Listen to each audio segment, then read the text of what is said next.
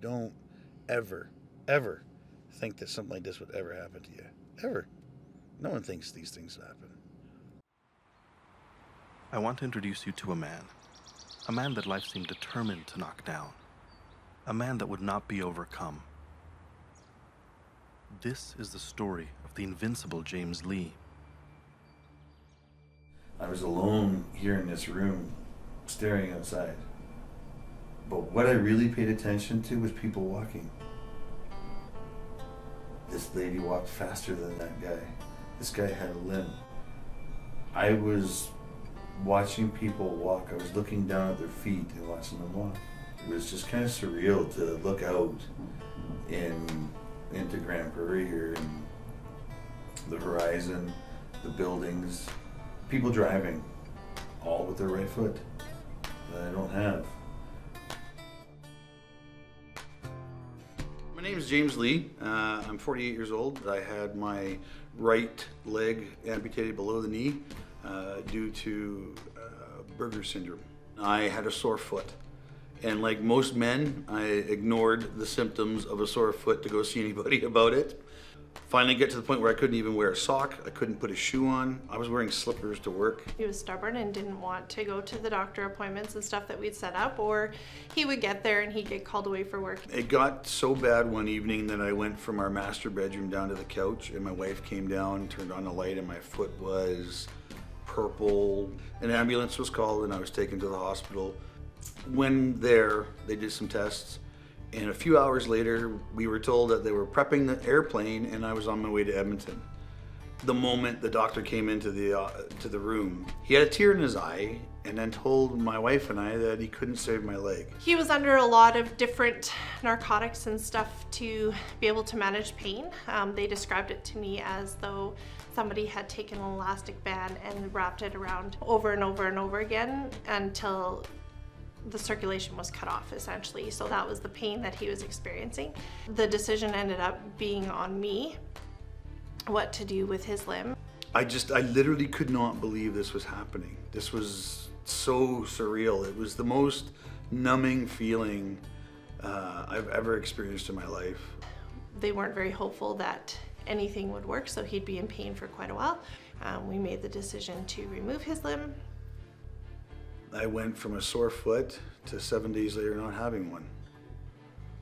So yeah, that's how I found out about it. That's what happened. And since then, that was 2 years ago, April 24th, the left leg is doing the exact same thing. And there's just no cure, there's no fix. They've tried to think of things to do. They've tried to come up with ideas, and just none of them are going to pan out. Early one dark and cold winter morning, James and his wife Carrie arrive at a coffee shop to discuss what comes next. Well, today, February 4th, I'm having a meeting with a surgeon who did the amputation on my right leg to discuss the future of my left leg. So I'm trying to, believe it or not, convince him that it's something in my best interest to do.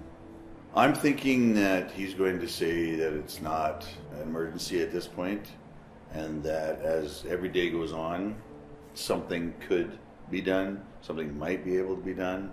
Although the tests that have been done thus point to this point have shown in 1 year's time since my leg was amputated to now, my left leg has come quite a ways the wrong way. It's not getting better, it's getting worse.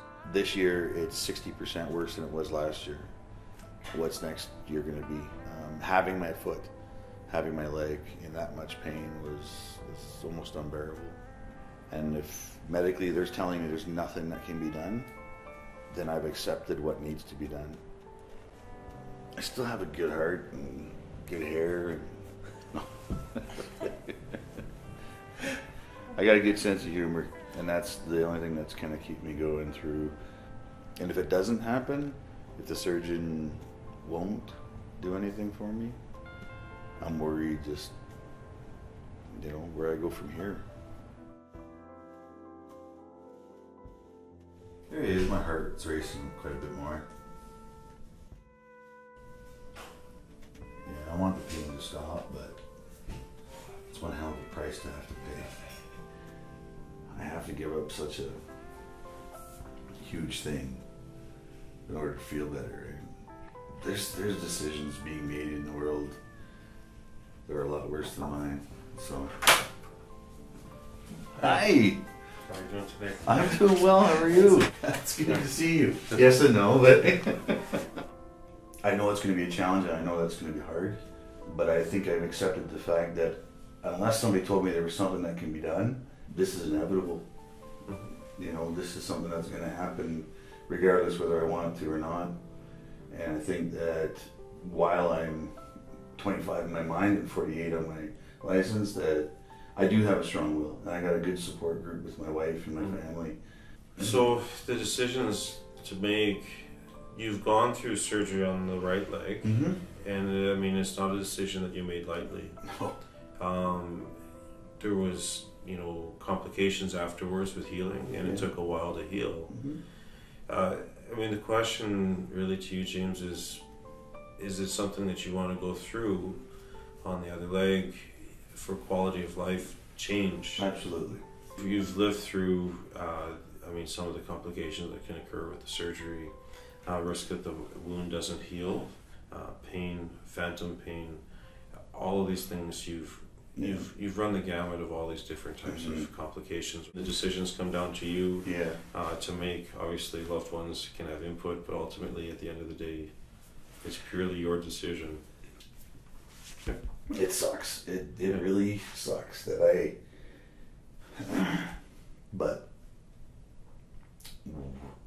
what other choice do I have?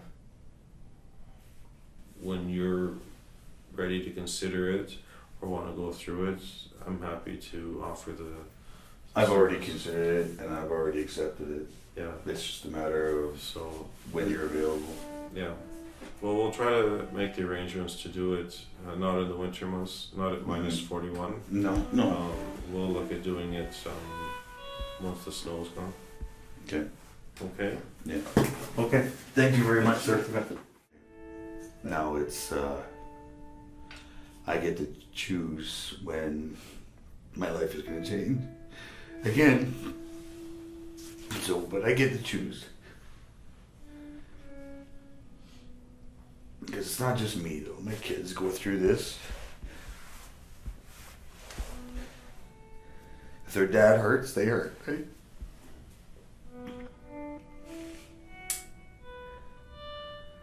At least I get to keep my head. So I gotta give up my feet. I'll never have smelly shoes, though. That'll be the great part, right? Never have smelly shoes. It's not going to be easy. It's going to be tough, but I trust the doctor. He does a good job. Did a good job. The ladies, the men at the hospital, they were great with me. When I first came out of surgery and I woke up and I looked over at the nurse and she looked at me with a smile. And I said, "Is it gone?" And she said, "Yeah, do you want to see?" And I didn't want to see. It's a part of you gone, part of you taken. And I had no choice in that matter. It's gotta go. It sucks. It really sucks to wake up that a piece of you is gone.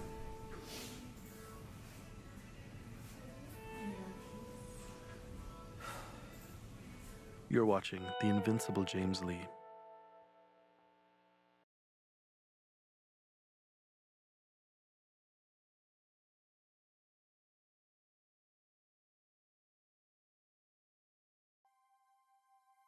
Welcome back to The Invincible James Lee. With one limb loss, it's going to take me 30% more energy to do something than I did with two legs. And when I have both legs gone, it's going to be 50 or 60% harder for me to do things. I used to sweat right after having a shower so bad, I would have to lay on the bed for 5 minutes and stop moving altogether because my body was working overtime on one leg to have a shower and to dry myself and to get out of the shower. I didn't realize the energy that I was expending doing those simple tasks. It's better now, but what's to come, after the second limb loss. Hoping that I'm strong enough with my wife last time, with support from her, was without a doubt a huge reason why I succeeded. The whole process has been a pretty interesting journey. I've learned a lot about trauma and how that affects people. Essentially, I had to accept that he was mourning the loss of his leg and himself.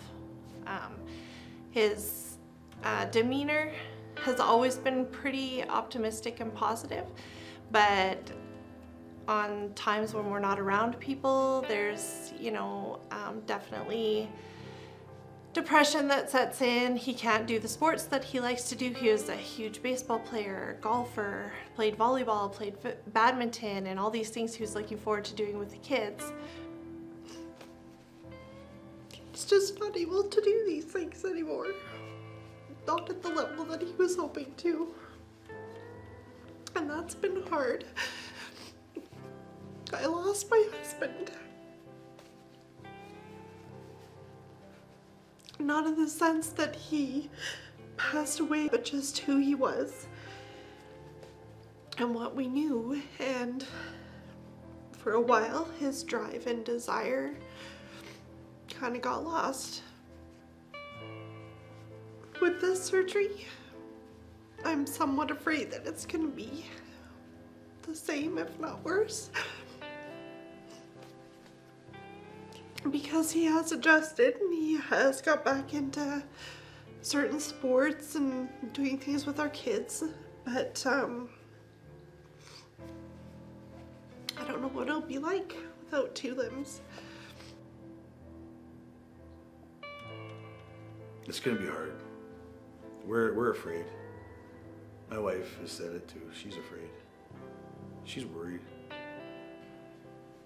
It's the fear of the unknown. You just don't know what to expect. I would hope in 6 months that our life can get back to somewhat normal for us. That our kids will be okay. For the most part, after the first one, they were great, but that's probably the one thing that I'm proud of. Just that it won't take a toll on our marriage. That's a realistic thing that is on the line. You don't know if he falls into a depression, how that will affect things for us. There's, we've literally had to talk about suicide and depression and things you shouldn't have to.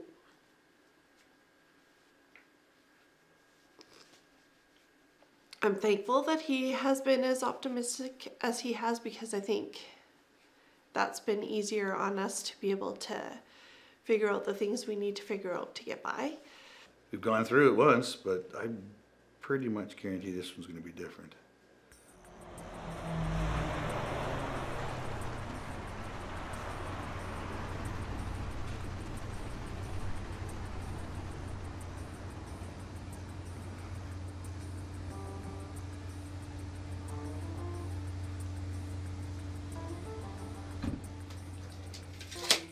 So it's not just that easy, to just go in and buy a wheelchair. This is literally a process and a science to it, eh? It is. Yeah. If they're not fit, you don't get optimal setup. Right. You're gonna lose weight, right? Well, I definitely gonna lose about 5 pounds next month. So. Okay, just relax your arm. I need to measure from your elbow down. Do they come just in black? These things? Yeah. I know that's a crazy question, but hey, if it's something you're gonna live with. Do you have a color thing, or? Well, I am born and raised in Toronto, right? So blue's always a favorite of mine. Let's see what I can do. All right, we are done. See, that was easy, right? Easy. Yeah. It's very surreal to be measured up for a wheelchair. Again, my situation is what it is. There's people worse off than I am. I'm hoping to be able to walk again. That's this whole goal, is to be able to walk again. But if I can't, then I have to look at that too. So it's very difficult. I've never broken my leg. I've never had a problem where I couldn't get in and out of a bathtub, and now it's an everyday thing. Coming in here and getting a wheelchair, it's not something I ever thought that I would be in.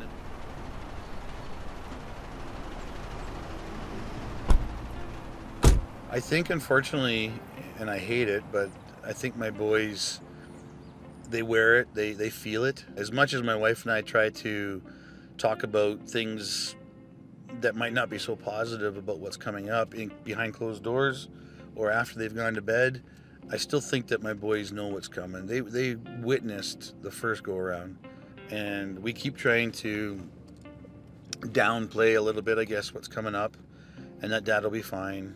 They'll be okay. I want them to be kids. I see people say this like in shock.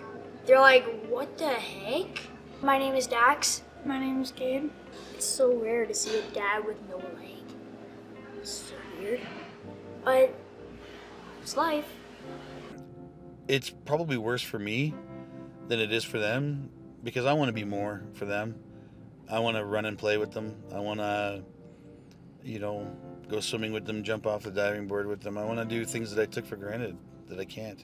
He was my coach when I played baseball when I was younger, and it's kind of harder to be a coach now that his leg's gone. Everything that he's gone through, I still can't believe that he's still on his feet, still standing tall, great example and everything. I love that. Everyone appreciates each other in our family. We're just like a normal family. But that's the great thing about our kids too, is the day that they were born and it was unconditional what I felt when I saw them, it's the same for them back at me. So it doesn't matter who I am or what I look like or what's happening. I'm still Dad, and I always will be. I can't believe how it's just, he's losing a leg and then he loses his other. It's just so unbelievable how he can just get right through it. He might cry a little bit, but that's talking to me. If I had that happen at the age of 48 or something, I'd be pretty emotional about it. So I think he's gonna help us in sports and stuff in the future. Well, I hope he does. He'll hopefully be able to walk on two legs. We'll be able to do stuff around the house. Everything will kind of be normal again. So I think right now a little part of me is afraid. I think a big part of me is the emotions about how to be a good husband and a father still, and not be so selfish that all I want to do is think about myself. We talked about this in school, how we have to use our perseverance and stuff to get through stuff that's hard. And looking for my dad on how he's doing right now, it might take a long time, but I think he'll get through. I think emotionally, it's still going to take its toll on me when it happens. You're watching The Invincible James Lee.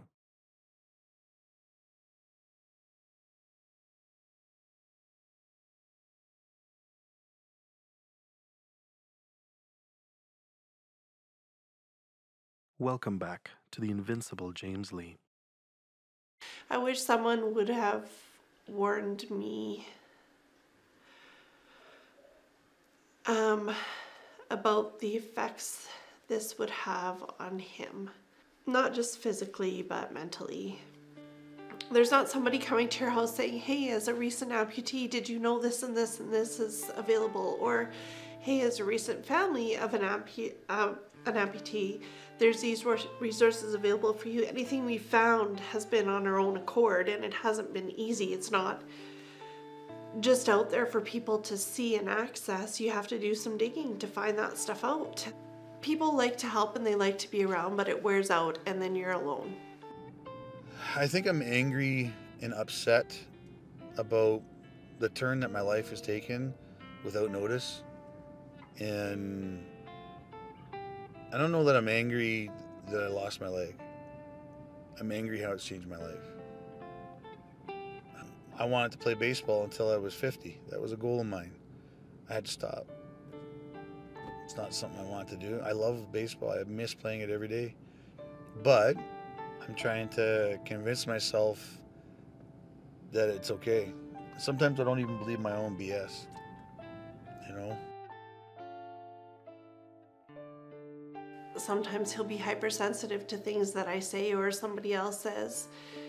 And it's not intentional, we're just not used to the situation either. There's been many over time where, you know, somebody will make a remark or something and he'll be like, is that supposed to be funny? Fortunately for us, when he says that, he'll laugh it off and make people be comfortable, but it's his way of also making them aware, like, hey, not appropriate or not cool, but I'll play it off, but maybe next time before you say something like that, you know, you'll think about it before. For me, one of the worst things I hate hearing people say is, I understand what you're going through. No, you don't. I have no idea what I'm going through. I was denied CPP because they said I wasn't disabled enough. And literally, that's what she said to me on the phone. You were not disabled enough. And I took offense to that a little bit. And I said, really? I said, you know, how did you find a job when you lost your leg? And she said, well, I didn't. I said, well, then how can you tell me that I'm not disabled enough? You have 2 legs and a job and can do all these things that I want to do. So do you really fully understand what I'm going through? No. So I think awareness, though, can help that.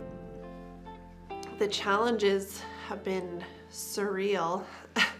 You know, things like you go to the mall and they have a little lip when he was in a wheelchair, a little lip to get into the door, and I couldn't get him up over that lip, so we just didn't go shopping.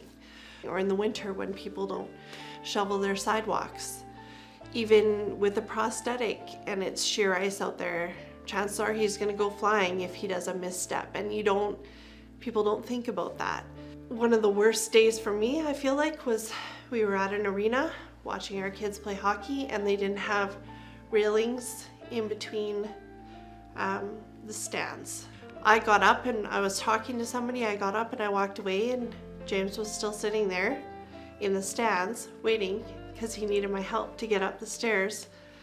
I wish the world was a little more, had their eyes open a little bit more to people that are restricted and have disabilities. It's not always going to be okay. Tell myself it's okay and it's not sometimes. But I'm getting better at allowing myself to be upset, allowing myself to feel disappointed or sad that things have happened. But then when that feeling is gone and I've dealt with that emotion, is to pick myself back up and move on. And everywhere I've gone, everybody that I've spoken to, from a hospital to a medical supply store to, they're also willing to help, you know, and understanding of the situation. And I think that's the biggest part of everything, right? Is being a part of something still. There's other people that are worse off than me. Yeah, I'm losing another limb, but I'm being taken care of. Things are going okay for us.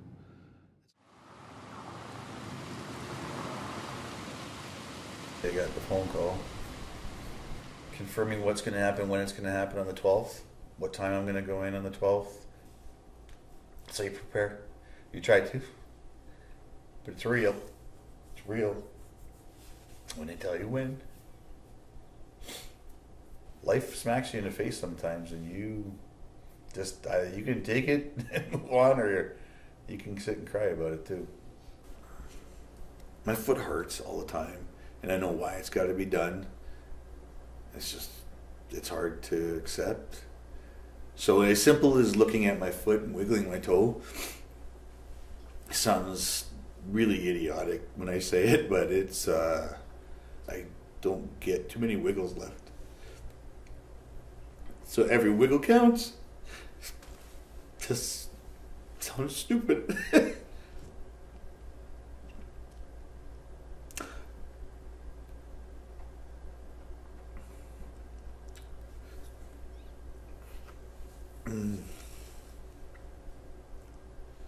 Knowing something's going to happen doesn't always make it easier.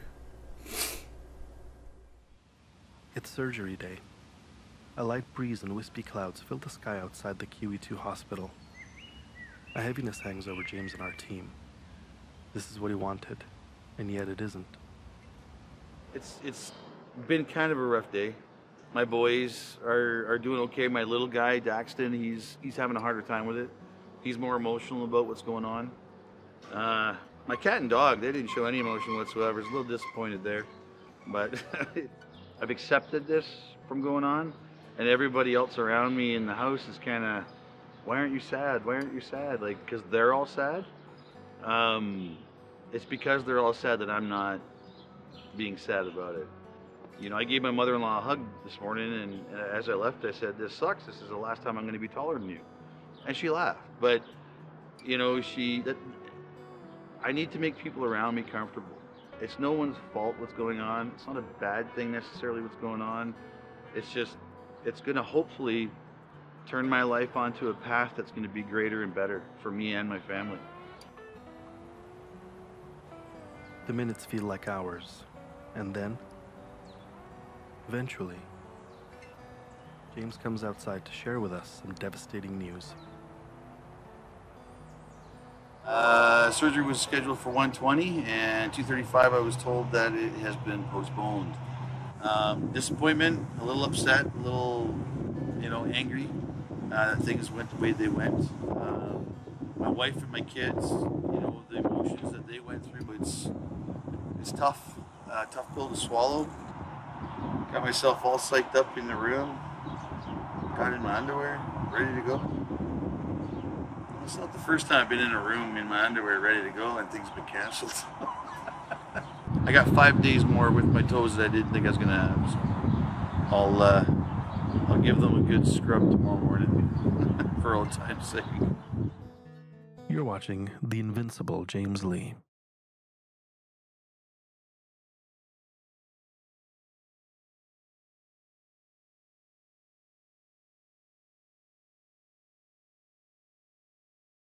Welcome back to the Invincible James Lee.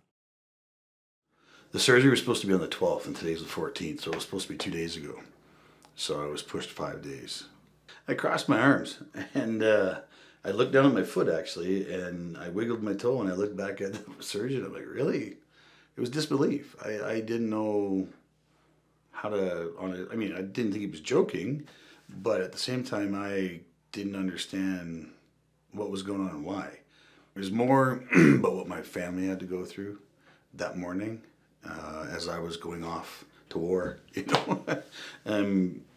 Everybody's sad, everybody's hugging, everybody's going through what they're going through.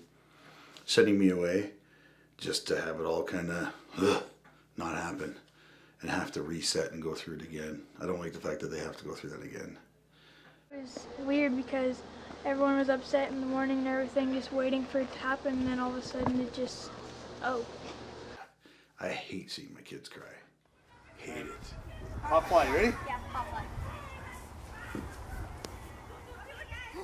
That's my job. My wife and kids are always first. So seeing them having to go through it again, that's what bothers me. I wanted it to happen earlier so it would be done with that. It would be done with quick. I wouldn't want it to take that. It was Cause weird it just because it gets him more tired and stuff. And he had to wait so long, and he was hungry and stuff, and he had, and he waited for nothing. I can't change it. I've got a different date. We've worked it out. Pack boxes. Do what I gotta do at that point, right? Go see my son play ball. Him and I are going tomorrow to Edmonton, and it's just gonna be me and him. And then I'll come back and get ready again on Sunday for everything that's gonna happen on Monday.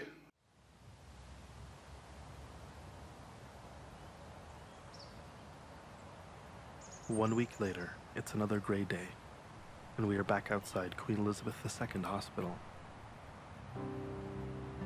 Cool, I got my own room this time, so it wasn't bad to wait 5 days then. But when I was here for 8 days, and it was just the pain, the nerves were sending signals down my leg, but I had nowhere to go. So when they stopped here and couldn't get to the foot, that pain was so incredibly intense, and I would just grab my leg and scream, even though I was on morphine already. it overrode that drug. So I was restless all the time. I was yelling all the time. I was in pain all the time. So for 8 days it was bad. As much as I like to think I'm tough, I think my pain level tolerance is at like a 4 out of 10. You can't even see my ankle, it's swollen. But this is constant, this is every day, and this is why this is getting done. My circulation is so poor.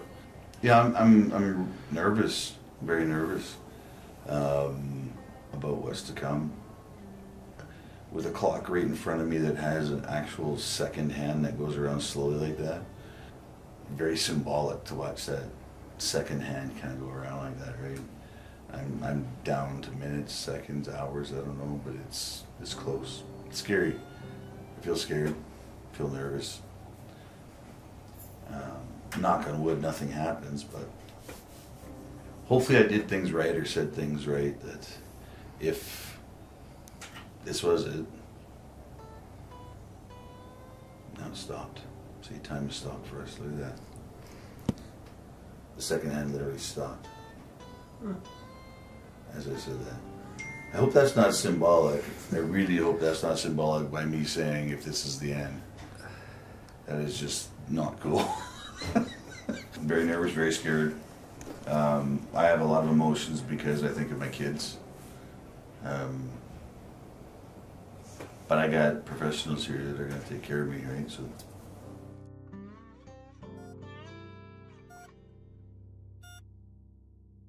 Being inside the surgeon's head at the time, I would say that my thought process is focused on the actual technical aspect of the procedure. Obviously, if you sit and reflect after the procedure, it is a different mentality or attitude.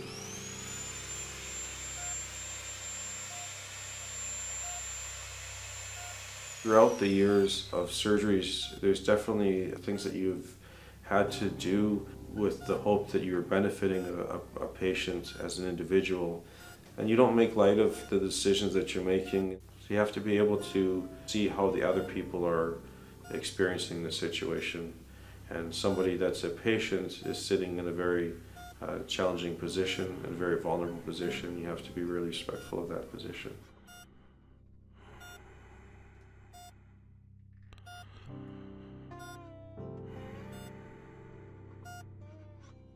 And that's essentially saying goodbye to a part of me.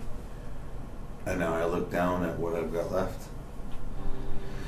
And this is, I'm scared and worried about the next, I don't know if it's the lack of better words, but step. So I'm still a little bit afraid right now. Once the freezing comes out, that's when my journey of pain started last time. My wife's going to the school to pick up the boys at 3 and bring them in, so I miss my boys. I think this will be good for them to, you know, they saw everything and how it transpired and how it led up to this, and now Dad's okay. So I don't know what it looks like underneath this, but we'll see the Frankenstein result. It's different this time. It's different, definitely this time. It's, I was in extreme pain by this time. I was screaming, I was yelling, I was crying, I was grabbing my leg. Completely different this time. Nurses have been fantastic, doctors have been fantastic, so it's been definitely a good go around for sure.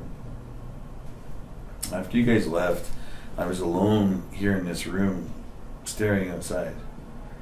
And I found myself watching planes take off in the distance, and they were going slower than normal. I was watching smokestacks rising up into the clouds. I was looking at trees, I was looking at the wind direction, but what I really paid attention to was people walking. This lady walked faster than that guy. This guy had a limp, that guy was walking. I was watching people walk. I was looking down at their feet and watching them walk. Some people in shoes, some people in sandals.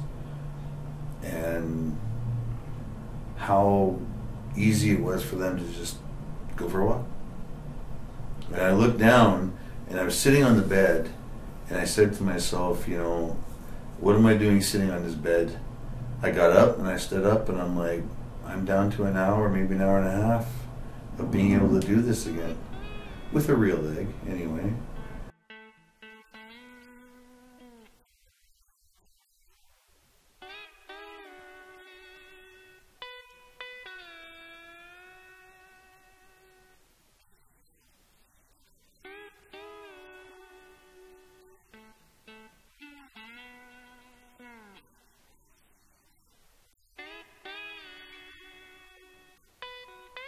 Yesterday was great. There were so many people in here. Like the room was full. My wife, my mother and father-in-law were here, and the room kept getting smaller and smaller as people showed up, right? But they all came around the same time at lunchtime, so it was kind of neat. Even where I bought my medical equipment from, the ladies there showed up with burger for me. It's been difficult though. It's been emotional for me for sure. The nurses have been fantastic. The care's been really good. Everything's been good. The food's even been good.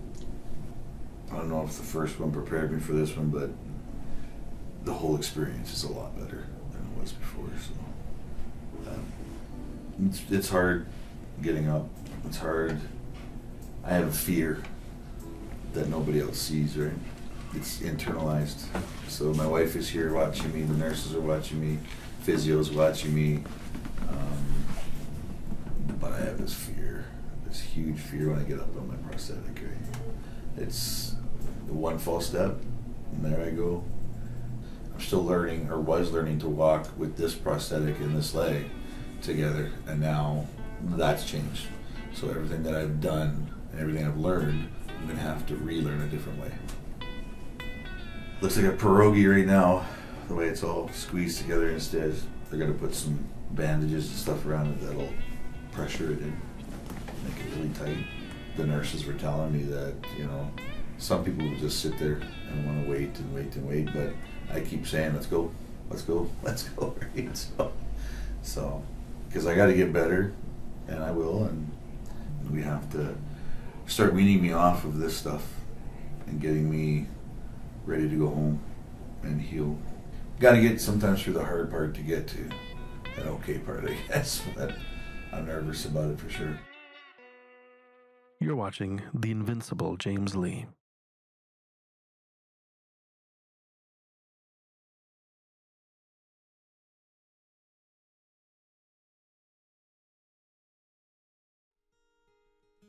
Welcome back to The Invincible James Lee. I'm home! I'm home! The surgery went extremely well. The pain management was done extremely well. Just fantastic all around. Everything's been really, really good. Good, but hard to be home too. Because now I'm in my own domain, and the reality is I don't have a button on the side of my bed necessarily to push. So some of those things I have to do for myself now. I just gotta live. We've been able to figure out, you know, things like how he can use the washroom or how he can use the shower, or how to get in and out of the house. We pull into the driveway, and it's not a flat driveway. So coming up to the house, it's on an angle. So when I get out of the vehicle, first of all, having no left leg and having a prosthetic on the right leg, I can't feel. Sitting down, putting my right leg out with the prosthetic on, I can touch the ground, but I can't feel the undulation in level. I can't feel that degree change. So I got to get my balance through my hip, through my thigh, and then you go forward, but ever so slightly and ever so little. When you can't feel any of it. So I'm relying on these bars. My wife is behind me, making sure I don't fall. Put my right foot down on the first step. Next step, do the same thing, repeat. Not an easy thing. And then, you know, coming up the stairs, I didn't use crutches or nothing. I scooch up on my butt. You know, it's bum scooching. It's a very regular, normal thing to do. Push off my prosthetic leg step by step. Okay. Actually, what I'll do is I'll bum scooch right to there. I'm not going to try to get up here, I don't think. I'll just keep going the rest of the way to the couch. With a prosthetic leg, and I'll try and get up there. If you're off center, how'd that be? Even a little bit, you don't know it until the rest of your body starts to fall over. If you don't pay attention to that stuff, it can be pretty hazardous for a person, especially if you're near stairs. You know what to expect, but you don't. It's been a totally different experience this time around from last time, for sure. The first day I got home, I fell in the bathroom, just trying to get to the toilet. It didn't do a lot of damage. I just hit my back on the corner of the vanity, but I did land on the toilet, which is my end game, is that's where I wanted to be. I just didn't want to ricochet to it. I just wanted to go straight down to it. So we took a different route, but I still made it. You take that moment, or I took that moment to reflect. This is me now. This is it. This is, you know, I'm in a better place now after it's done than before. When I was asked, are you ready for this? Have you prepared for this? It's coming. How do you feel? I didn't know. Scared, nervous, shocked still. But now I feel absolutely almost empowered. When I took that picture of my legs and I posted it on Facebook, and I said, I don't know, guys, I'm a little stumped here. You know, they all thought it was funny, but that's my humor. Before I left, though, before I got home, I met a gentleman who had lost his left leg. He's a new amputee. He saw me, then saw my other leg, and he was astounded that I was doing laps 3 days after my surgery in a wheelchair. But he got talking to me and asked me 100 questions. And I found myself in a position of knowledge for him. And 40 minutes later, I'm still telling him about what I went through and possibly what he has to look forward to. Now, had I been grumpy, angry at the world, I might not have been approachable. And he might have just like, okay, and steered clear of me. You know what? It isn't that different. Still who he is. I feel so much better. So much better. I'm still struggling internally at times with what's gone on, what's happened, how my life is. I wish it didn't happen. But I'm just choosing to deal with it the best way that I can, what I think is a positive way. I talked to a lady at the hospital. Her husband yesterday had to go and see a specialist. He's diabetic and he's got a sore foot and they're a little bit worried. I said, well, I took my leg off and I showed it to her. I said, yeah, but look what he can get. She's like, what? And then she looked over and she saw me and I said, you know what? And I just kept talking to her and talking to her and talking to her. And when I was done, 10 minutes maybe, she looked at me, she said, you know what? You just made my day. And I wheeled away from there going, job accomplished today. I affected one person in the right way, but I don't want to stop there. Well, let's get another guy. I'm gonna make his day. I'm feeding off of that energy now. I'm just like, it feels so good to put a smile on someone's face. He's still James.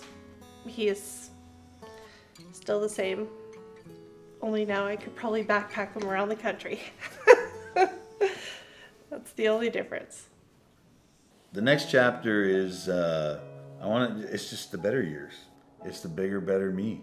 I feel awesome now. I really do. And I really want to make everybody around me feel the same.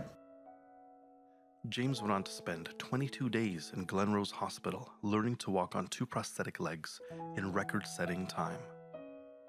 He discovered the secret of standing tall when the world crumbles around you, to look outside yourself and reach your hand out to others. It is a gift for any who meet the invincible James Lee. Director and producer, Rue Jones. Cinematographer, David McGregor. Sound recording, Cody Flynn. Written by Sarah and Rue Jones. Featuring James Lee, Carrie Lee, Dax Lee, Gabe Lee, Dr. Scott Weems. All music by Nathan Carroll, except Gun by Luke Dowler. Narration, Arjun Roy. Special thanks to Alberta Health Services, QE2 Hospital, Eco Medical, Grand Prairie Coffee Company, Tito's, Media Accessibility Specialist, Ron Rickford, Regional Content Specialist, Jim Crisco, Coordinating Producer, Jennifer Johnson, Director, Production, Karen Nye, Director, Programming, Brian Perdue, VP, Programming and Production, John Melville, President and CEO, David Arrington. Copyright 2020, Accessible Media Inc.